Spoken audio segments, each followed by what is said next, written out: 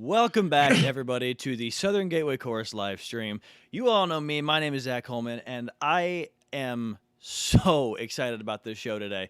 By now, a couple of times, if you've been watching, you've noticed that I'm a bit of a comedy guy. I really, really like laughing and making people laugh. And the guy who's gonna help me out, the Gateway guys helping me out, Joe Hunter has talked about this as well, and he is in a quartet that does comedy a lot. And I said, Joe, do you want to come on Friday and just talk about some of the future things we want to do? And he said, yeah, sure. And then the next day he said, hey, what if the quartet comes on? And I lost my mind. So, ladies and gentlemen, without further ado, Up All Night! Hello. Hello. Hello. Hola. Guys, it is fantastic to have you on the show today. I am stoked, mostly because I feel like I can feel my stomach too much, so having it go numb from laughing might be nice. And for those of you who are confused as to why there are three, the fourth will be here. He's on his way, but that's totally fine. Guys, why don't you go ahead and just introduce yourselves real quick to those who don't know Up All Night. Why don't you guys start? They already know. They sort of know me. All right. Hello, everyone. My name's Cecil Brown. I am a proud graduate of Wilmington College in Clinton County, Wilmington, Ohio. I am a longtime singer and love the Cincinnati area. That's a start. But unfortunately, he lives in New Jersey. Well, you It's can't kind of a have secret, it's kind of a dirty secret that nobody wants to talk about. Can anybody really live in New Jersey? I don't Yes, know. we can. Yes. If you call that living, Didn't we just learn in Hamilton that everything is legal It's a in New low Jersey? bar. Yes. Okay. I'm John Ward. Yeah, I've been a barber shopper since basically I was a fetus. And that was 2 years ago, huh? 2 years ago, yes, that is correct. Yeah. I sing with Voices of Gotham in New York, and I've been singing with Joe for, probably about 22, 23 years now. It's been a very, very long time. I need to get more friends. It actually feels much longer than that, John. Yeah, it does. It does. And of course, we all know Joe Hunter. He's been on the show a couple times now. Hi, everybody. I really appreciate that you guys came onto the show today, especially Cecil. I had no idea you were traveling, so it's so nice that you found an empty car on the train to join us. And Rangers on a train. Sometimes. That's the I recognize that car though, because when having grown up in New York, Zach, that's the old what was that, the IRT? It's a IND car. It's a 1939 City of New York World's Fair car at the Transit Museum. Well, I remember those seats in the wood and those particular straps from the strap hanging. If I you was- look I in was the about to try and- background, you can see Agatha Christie. I was about to try and oh my god, I was about to try and call you out for like being a train guy, and then I'm just like, well, I guess he took. I'm the a train picture. guy. Oh, you're a I train like guy. train. I saw Okay. Train Yeah, live I'm a in train concert guy. last year. Okay, well, we'll get there. So again, just for those who don't know who Up All Night is, or further than that, for those who might not know the story, can you just give us the story of how you guys met, how you guys got to where you are now? Wow. Yeah, have fun with that one. Sure. Well, I'll start. I mean, the situation. Obviously, John and I have known each other and sung with each other in quartets. We sang before Up All Night. We sang together in Reveille, which was a quartet that was also out and about and competing quite a bit. And so we knew each other that way. Plus, we both sang with the Big Apple Chorus. I was directing Big Apple at the time. Cecil also sang with the Big Apple Chorus, and I've known Cecil for 40 years. Darn close. Right, Darn but close. mainly as a member of the chorus. We were either co-members or he was a chorus member and I was a director, that sort of thing. So we'd known of each other a very long time, but had not sung together. But always like wanted to sing with Cecil because he's this awesome lead singer. And also because finding somebody with a voice big enough to cover mine, and so not to hear me, but rather hear him, would be a good thing. Always. And sometimes John's a robot, and that's great. Yeah, what was that all about? So I guess that's never really been discussed then. If you have a member of your quartet who's a robot, is that still legal? Is that okay, Jed? Or I don't know what I just tried to call you, Joe. Yeah, Jed. Yeah, yeah. Well, actually, no, Jed's good too. But I think I was well, going you for know, Jeff and then corrected it with a D. I don't know why. well, and of course, if we did have a robot in our quartet, of course we would sing "His Hearts Were Full of Springs." But Well, Oh my I thought god. it was Max Headroom who came in or something. right, And okay, kids, if you don't know who Max Headroom is, yeah, you got to look that Matt one up. Fuhrer. that's a pretty dated reference. But Matt I gotta Fuhrer. say, yeah, well, you know, we have been on many occasions accused of being somewhat robotic in our performances, but that's a different thing. So We've- so you guys have held on to comedy. And that as Joe and I have talked about on a couple streams before this, comedy is one of those things that's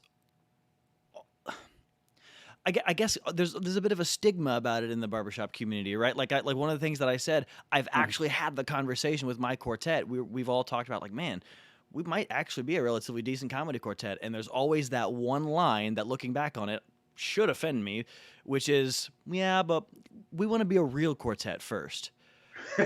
And I hate that. Like that shouldn't be a sentence that I have said, but it has been. So what drew you guys to comedy? Why do you stay there? What about that is just that's who you have to be? Ready, go. Well, I mean, again, I can start. When we first got together as a quartet, we first sang serious stuff, right? The first couple songs we did were serious songs. What the reason we gravitated to comedy is because we could.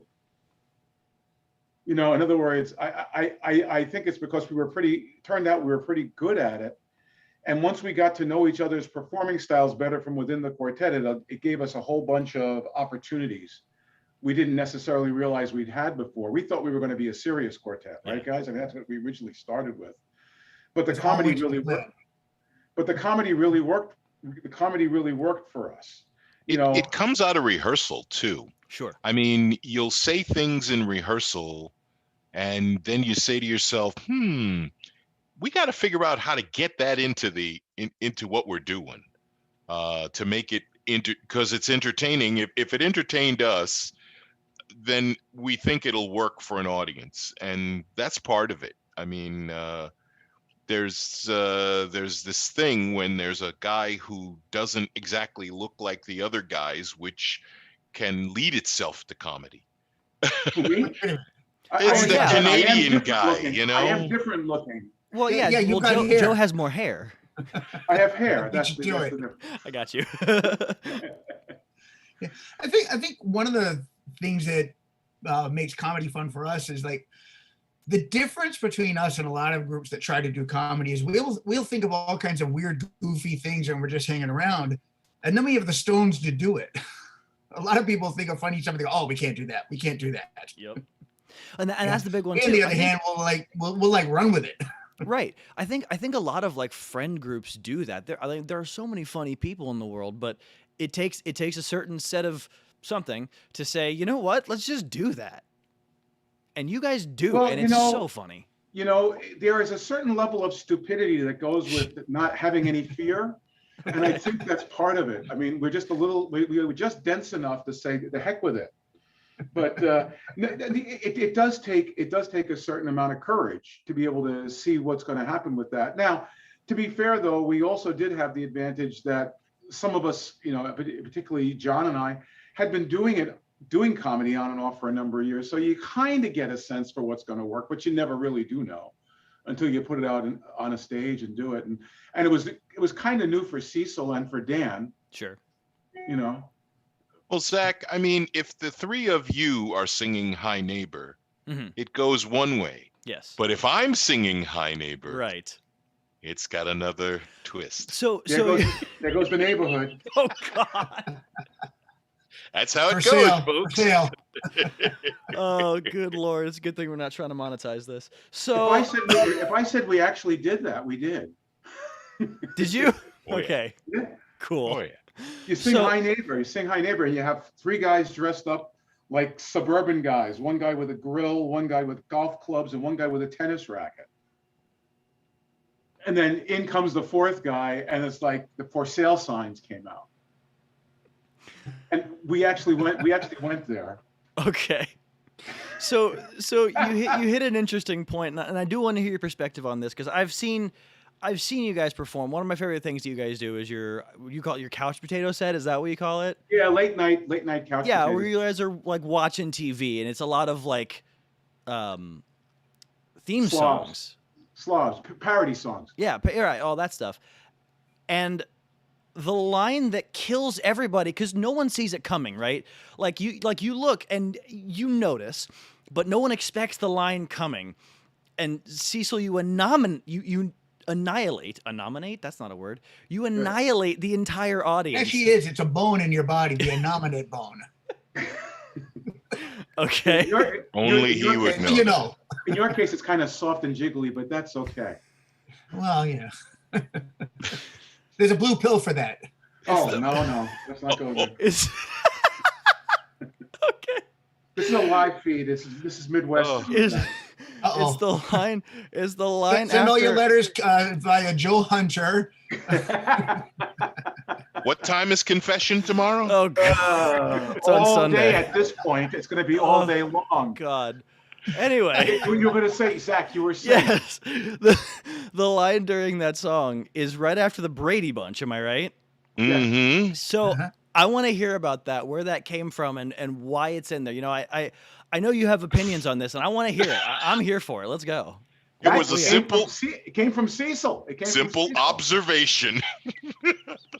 Just a simple observation. I think we were singing it, and we were having a meal or something, and I said we were sitting with the arranger, Steve Tramer. Yeah, and I said, Steve. there ain't no white folks, there ain't no black folks in that show. I mean, really, And then we started singing, "Ain't no black folks in that show." And then the next thing that happened. And Steve somehow managed to take those two songs and mesh them together. And just put it in. It's just a brilliant piece of arranging. Well, we went back to him and said, "Can we put those two together?" He said, "What?" And we said, "Yeah, we want to put those together. We want to have those in counterpoint." and that's how that came a way to about. do it. We just started laughing so hard when Cecil started to bring it up. Because it's funny. I mean, and then to bring it up to again, you guys have mentioned it a couple of times, but comedy's in a spot right now, right? And honestly, good on you guys for killing it anyway. But talk about that a little bit. What is your process when you're making your content, right? When you're getting things ready to sing? What's that process, and what do you look for? What do you not look for? That kind of thing.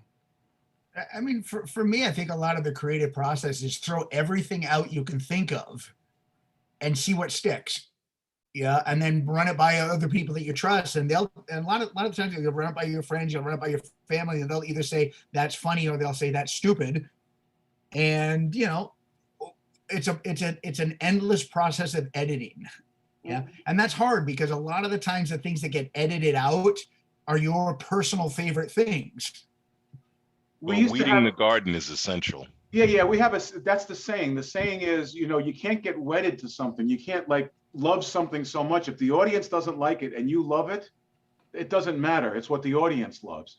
And so we always say it's weeding your garden, not killing your children. You've got to be willing to keep editing. You got to keep editing and editing and editing.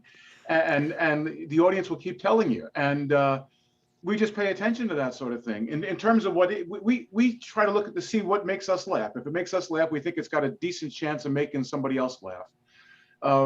We have the added challenge now that in the current environment that we have, you got to be careful because people are very sensitive about many, many subjects. But our take on that is if there's ways that you can poke fun at it in a way that doesn't hurt anybody, but shows how ludicrous things can be, then that does a service for people, we think. Yeah, I heard once that the saying was something along the lines of comedy shines a light in a dark place. That's a good way. That's cool. You can go there as long as it's light, and then it's no longer dark. Well, I mean, I'll share with you one of the songs we're working on right Yeah. now is a quarantine song. We're working on a quarantine parody package, and the basic song is a good old barbershop song back in the old routine, and we turned it into "Stuck Here in Quarantine," and and it's got other things like "In My Room" from the Beach Boys, but "Stuck on Zoom in My Room," that kind of thing. And it was very challenging in writing it to make sure that we touched on all of the things that happened during the lockdown without going to any of the painful places. Yeah, exactly. Go to the places where people said, "Oh yeah, man, I really hated that I couldn't go out shop, or I hated that I was sitting in front of Zoom all day long," that kind of thing. Without going into the subjects that might say, "Oh, you're that's hurtful." So it's always a trick, and probably more so now. I will also share, and this is just a little bit of for what's coming. We're updating that Couch Potato set, and we're adding a couple of songs. One of them being CSI. We're adding CSI Miami. It's all these different channels, and every time it's a parody, and we're singing CSI Miami to the tune of Mammy. Was it CSI Miami, Miami? And then Cecil's going to go, "Hey, we can't do those Miami songs anymore." Once again, it comes naturally. I mean, we're just sitting there. If you've got it, that's fantastic. And we think that will kill. We do think that'll kill, particularly at a barbershop show where people are paying, because people are people are dealing with it. People are dealing with that issue, right? Yep. So here's a comedic way to do it that we think just kind of will make everybody laugh about it.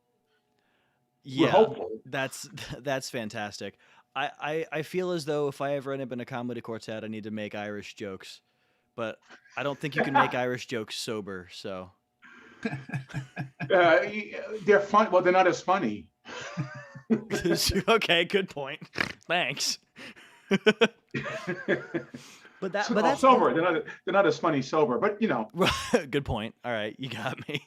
So so we have been, we have gotten different feedback at different times about different lines, and very often it'll be in a line in a song that we think was no issue, and somebody hears something else, or somebody hears it differently than we meant it, but that's the life you live when you do comedy. It's it's kind of like it's like being in The Godfather. It's the life we've chosen. Yeah, sure. And I mean that you gotta risk putting stuff out there to be funny, because hopefully it is, right? Yep. So you guys do a lot of parodies. Is that like pretty much it's one of the things for sure. Yeah. Okay. Yeah. So when you guys, I've always wondered this, because I've tried to write comedy, but every time I sit down to write comedy, I sit there for 15 minutes. So it's a lot of fun. But I've always wondered the process for like writing parodies and stuff. Does it just kind of happen and then you run with it? Do you pick a song and then find a way to mess with it, or do you find a topic and find a song that fits it? How do you guys actually come up with stuff like that? I mean, I think the answer to that is yes. It's Cool. all that. It's all those different processes.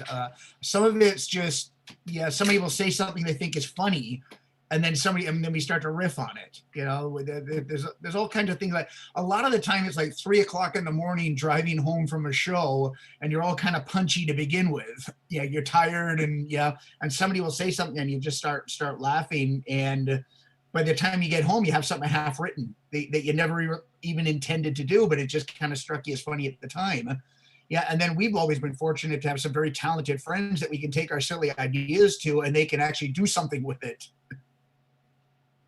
Yeah, I think that John is onto it in this sense, Zach, which is that some idea or some line will pop up, and that line then you start to riff on it, and then all of a sudden you say, wait, we can turn this into a whole topic. But we normally start with a line to a song or something that we said, hey, that would be really funny, or it would just pop into our heads. And then from there, it kind of build out. You kind of build it out in most cases. Don't normally start with a topic. We don't normally start topic and then line. It starts with line, leads us into a topic. Okay. I get that. You know, That makes sense. so I'm trying to remember what got us started with the couch potatoes thing first. And it might have been Beaver. Sit down. Well, or sit down. I Sit got down, the I got remote. sit down, I got the remote. Instead of sit down, you're rocking the boat. That's It was one right. of those. Actually, I think it was Master Race. I'm afraid the master race is over. It might have been that. Master Race But began. that for anyone listening, that's our take on A&E. Listening to the History Channel and A&E. Okay. The A&E channel, where all they ever do is Thank do you. they do Hitler retrospectives, Okay. and so Every we day. came up with "I'm afraid the master race is over" as as part of that. Oh my God. I think that came second though, John. I think Cecil's right. I think it was either sit down, I got the remote, or it could have been. It was a long time ago. It was a long time ago.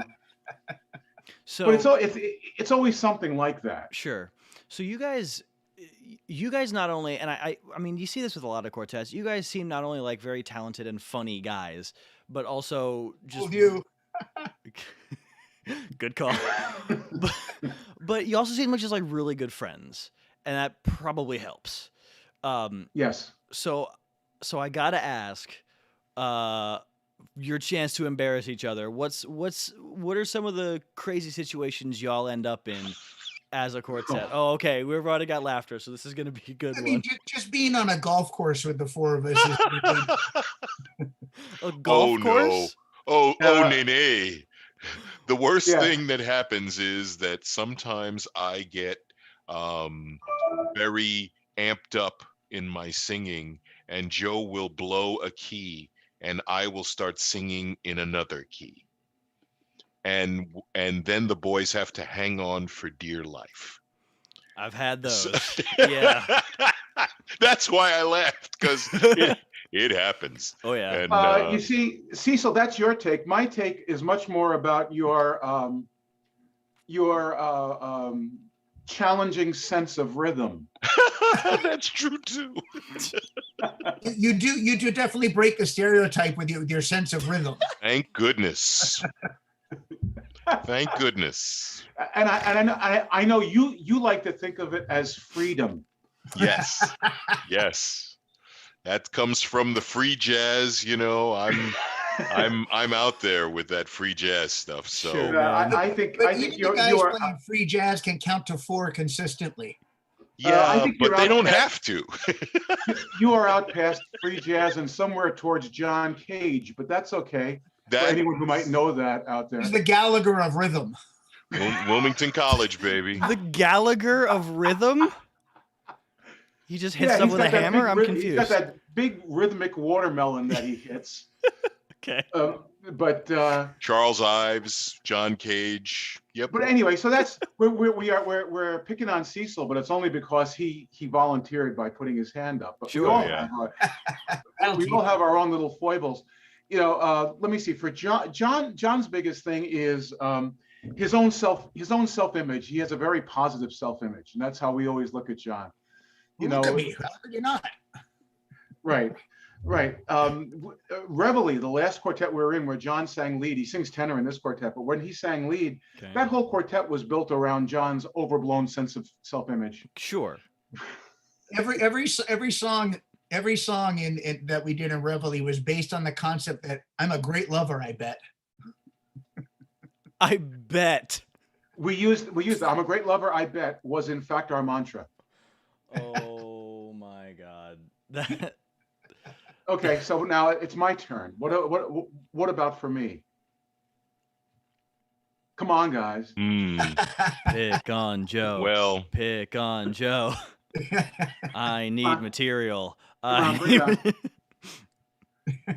need- Joe- let's see. The funny thing about Joe is almost always the smartest guy in the room. True. And yet Fordham. he's also the guy that if anybody in the room is going to have trouble making change, it's going to be him. Making change. You mean like doing something different or doing math that tells you No, how I much mean you can like get back? yeah, it's $1.37 and he has trouble figuring out the 63 cents afterwards. Okay. I But he managed can to calculus in be- his head. I manage a team of 100 software developers, John. I think I could make change. You'd think, wouldn't you? Well, but with software developers, it's all on the computer. Why would you make the change? Correct. Correct. I have people to do for me. No, it's not like that. That is one of my favorite my favorite Joe thing, just because I've hung out with him now a little bit. My favorite Joe thing is that he always has the joke to tell, and it always happens in passing as though it didn't actually happen. I love that. It's happened on the stream before. He'll just be like, "Oh yeah," and of course, that's the way that the monkey did it. I don't know. I don't have a good example, but it's a fantastic. Definitely not a good example. That was you don't know. Maybe it was funny. I'm pretty sure I know. Is it because I said it or because Joe said it? Yes. Well, listen, they always talk about the difference between a comic and a comedian, right? And like one says funny things and one says things funny. And that makes you a baritone. Makes me a baritone. It was like last night when we were putting everyone in parts at the chorus, and I said nobody puts Barry in the corner. I mean, it was like all the Barrys were going in their own little, baby in the corner. But I think I try that any quartet, and all of us have been really, really, really privileged to work with some really talented arrangers and other creative people who are also brilliant. Mm-hmm. And one of the big things for me is always to try to not like run over those guys and have them do the right thing. But one of the big collaborators I always worked with, and we've talked about this a little bit, Zach and other ones, Roger Payne. Roger and I were together in a quartet in Four and Par and then in Reveille. And Sure. Roger was incredibly, incredibly bright and incredibly talented, but his writing, his comedy writing, and also the stuff that he did in general was very, he was challenging. He would expect a lot of an audience, and the big joke was always, for him, you would have to pass out, the libretto or the pamphlets if you just went by his writing. And the joke for me was, it's all rubber chickens and pies in the face. I mean, rubber chickens and pies in the face are funny.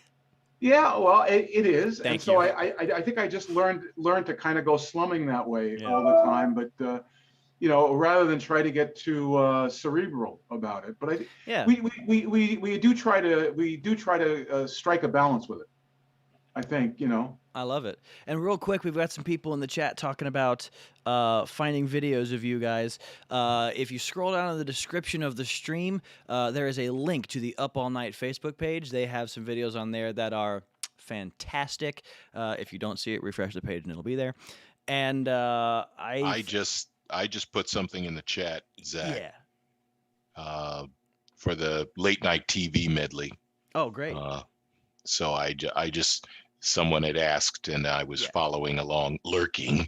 Yeah, we're very excited for the we're very excited for the update, which like I said will include the CSI Miami, and also a take on fake news where we're going to be doing Hey Jude. Oh God. No, everybody, no, fake news, everybody. News. Exactly. You got it. That is absolutely ridiculous. Anyways, it's so we have had a couple of rehearsals where now, of course, Dan has proven just how technologically challenged he is by the fact he hasn't managed to get onto this live stream yet. But I sent him the link again. You want to know what's hilarious? Do you guys want to hear the funniest joke ever? Yeah. Sure. Here he is.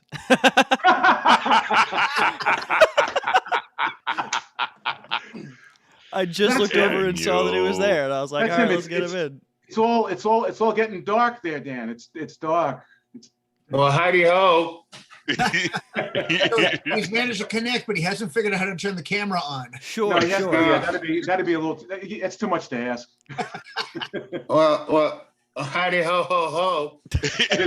At his advanced stage. Heidi Ho, he's actually got something out of one of the Southern Gateway's new songs. But anyway, That's right. That's right. Soon to be revealed. soon to Dan be really wants to do a revealed. Claude Rain set. Good Lord. Well, What are you trying to be the king of obscure references, John? See, Cool. I gotta leave a dark screen alone. You know that, right? I'm Unless you just smile. saying. Okay. Gotta leave that one Don't alone. go. You're not going to go there, Cecil. No, I'm not gonna go there. you can go wherever you want, man. Mm-mm. So, dear. So anyway, yeah, the guys, it's so great. We've been coming out, finally getting out of our caves a little bit. I mean, in that sense, the guys all came out. It looks like not uh, everyone's out of the cave yet. Not quite. Dan is still. Dan needs to roll the stone away.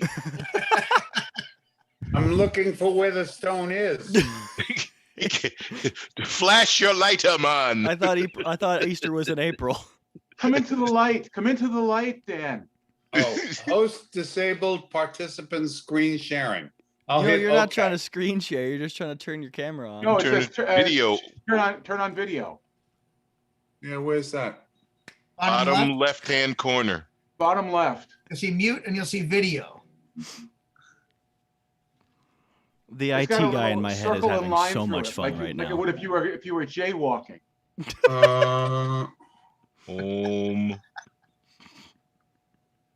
See, that's one of the problems with being Stop video, mute. there. It is. Stop. You want to start video. Yeah, it's not letting me do that. If it says stop video, you want to Okay. hit the arrow on that and change your camera. Yeah, there's a little Oh. arrow pointing up. Ah, This is one of the greatest moments of the FCC live stream. Technology, The ladies and entire gentlemen. audience is on the edge of their seats right now, just does wondering Dan what look he like? looks like. what does Dan actually look like? We'll never I know will say he's never looked better. None of us really do know. because he's always off to one side. Oh, he's always Thank showing up. Oh, he's right in the middle, isn't he? Yeah. Thank you, Paul. This is comedy. You're right. Yeah, that's my dad. So my dear invisible friend, while we're looking while we're trying to get cameras set up, why don't you take a second and introduce yourself to the stream? Who are you? I am Dan Roland. That's He an is illusionist. he is our base, and he's You a are the darn base. good one. A great bass. He's a great bass. He is a phenomenal base. He's very good. Maybe not on Actually, a computer, but he's very good. A at little singing known, bass. fact, Zach. He was the original, one of the two original directors of the Big Apple Chorus Really? Yep. Mhm. in its founding days. There's your trivia question, man. It's right there. Right? He directed before Don Claus came in. Very good. Very good. So, Before I was summarily dismissed. Well, he was never dismissed. Don claims he left, but that's okay. Dan, do you want to go ahead and make a joke? Since you, I think you have to turn in your homework late or something. I don't know. I'm still trying to get the fuck in here, so don't stop bothering me. Whoa! Cool. Edit button. We need the edit button. Hit the dump That's- button on that one. Excuse Welcome me, to the I don't- SGC This is live going stream. out to a lot of families, Dan. Excuse me, I don't see a friendly button here, so I don't have to push it. Okay. See that? Ah, bases. Well, I got you three guys, so that's just fine. There you go. And I got Zach, Hi, how you doing? and he kind of looks like, I don't know. No, go There you ahead. go. Make that There you joke. go. That'll be fun. He looks Yeah, like oh my Steve God. Jobs about 2 months before he died, but that's fine. That's how he goes, folks. This is how you build a repertoire of comedy, ladies So and we're gonna gentlemen. pick on Zach now? Observational humor. Oh, I see a button that says mute me. Should I hit that? Please. Yes, you really should. It'll make for a better meeting. Yeah, I think that's right. I tell you, Looks like Steve Jobs. I tell you, Margie, we can't make this stuff up, can we? Oh. Telling you, Okay. I'm still looking for a place telling you. to slot my cassette into. Oof, oof. 8-track. It's an 8-track Oi. game. He's giving me the vapors. It is an 8-track, right? Use the 8-track. No, quadraphonic, baby. We're going quadraphonic. Oh, It's man. a 73 Boss 302, headed up US 68, going to Yellow Springs, Ohio. Maybe if you chisel it into some slate, it'll come through more clearly. Wait Here a we minute go. now. We can't Anyway, be Dan, we can't be just- messing with the Indian mounds up there, and we can't do that no more. We Oh can't. God. All right. So anyway, well, Enough Southern Ohio references. we Okay. are looking. I'm probably going to be going back east for a couple of rehearsal or a rehearsal or two, and then the guys will come back out our way. They were out 2 weekends ago. The quartet came out. We had our first in-person rehearsal in over a year, and then we Yes. had Brian and Gene Barford coaching us, and Joe Connolly another night. So that was kind of cool. And so there's a connection to. We've had a long-term connection, in the New York area through Scott Brannon, who was the director of Big Apple for a number of years, and we all sang under Scott at one point or another. Sure, sure. We know Scott. We know And, Scott. He's great. So we got to know it. We got to know a lot of those people, but we had a wonderful session with Brian and Gene. Brian beat Cecil up. The last time we got together, she Like beat me up. actually, or I think physically. No. It was just it kind of left Cecil kind of weepy afterwards, right, Cecil? Yeah, but she works me hard, but she gives me a lot of great feedback. Eugene? Oh, absolutely. Oh yeah, dude. Oh, absolutely. Yeah, man. I've worked with her a couple of times, and it's always the best session. Well, you know what? For us, it was very efficient because there wasn't much time being wasted with worrying about our feelings. I mean, yeah. Hey, that's wrong. Do it again. Nope, it's still Exactly. wrong. Do it again. Yep. Right. Yep. Nope, Right. it's still I wrong. like Do it that. again. I just said hi. What do you want? Yeah. Mm-mm. Or why are you doing it wrong again? Why'd you do it that way? Oh, sorry. Okay, we won't do that. Yeah. Okay. Isn't that the best question to get from coaches? Yes. Why'd you do it wrong? Right. That's what you're supposed to tell me. Yeah. Then Exactly. We spend all our time. I know I spend a lot of my time with coaches. Trying to not ruffle the feathers and try to make a connection and then Yeah. be nice about it. Yeah. And Jean kind of cuts past that, and Sure. she once or twice kind of apologized for being tough. And we said, no, you're talking to the wrong guys. Don't Sure. worry about it. We lived in the New York area, so Right. The fact that you said it without cursing was fine enough. really, I mean, if it gets bad, we'll start talking about your mom. I mean, she made me feel bad inside. Okay. Oh, is that right, John? John's kind of that crying on the inside kind of clown. Yeah, that's it. Yeah, you're so sensitive. I know. Yeah. So what do you guys have coming up? What should the people know about? We've got your Facebook page in the description of this video of this Thank you. stream, but what should the people know is coming up for you guys? We want everybody to contact Steve Tremack and get him to finish the arrangements he's working on. For us. Yes, yeah, please, everybody send him an email today. We'll put his email address into the chat. We will not. No. We will not. All night is waiting for the second number. We will not. So we are getting ready for wherever we end up. The views of this tenor do appearing- not necessarily reflect the views of the Southern Gateway. Yeah, Chorus. right, exactly. Either appearing or competing in one of the districts, in the fall. And I think that the long-term plan is we have actually gotten to the point now that John is old enough, although you'd never know looking at him, you'd think he's the oldest.